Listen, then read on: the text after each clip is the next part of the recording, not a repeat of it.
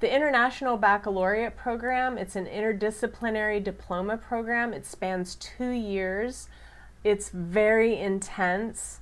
Globally minded, very ambitious students aiming for elite colleges tend to utilize this program. And I'd like to talk for a moment about very ambitious students aiming for elite colleges, because in my experience, every student is very ambitious and every student is aiming for these elite colleges and universities. But these highly selective colleges and universities, they're looking at the larger pool of applicants.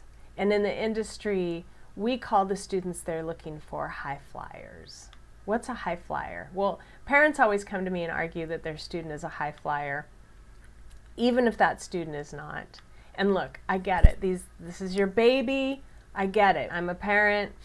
I feel the same way about the students that I work with. But a true high flyer has straight A's. And lots of times parents will come to us and say, well, my student has straight A's except for that, first semester of AP Chem.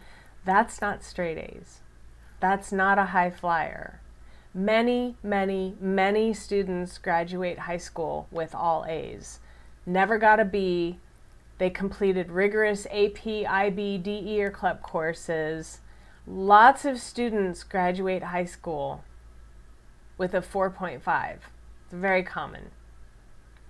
High flyers have something else.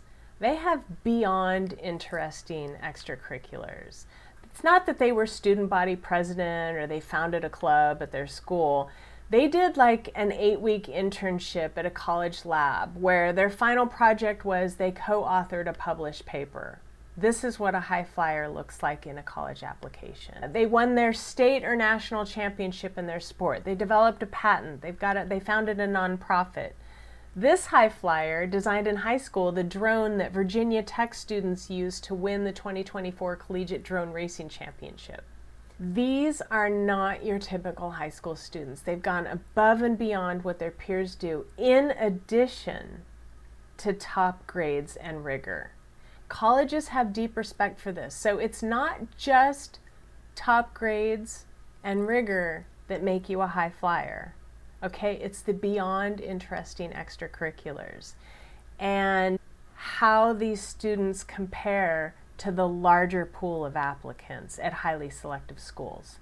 So again, when a student comes to me with a list of a lot of highly selective schools, I'm in the back of my mind thinking about the larger pool of applicants and the school profile. And what are our tests? What are our grades? What does your high school profile look like? And how much of that did you take advantage of?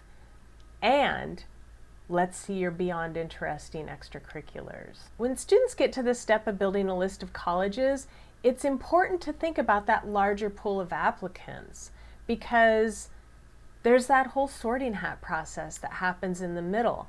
There's 27,000 public and private high schools in the U.S. Highly selective colleges and universities routinely deny 75% of all valedictorians. The high school profile tells a lot about a student. Again, if it was offered to you and you didn't take advantage of it, you're not a high flyer.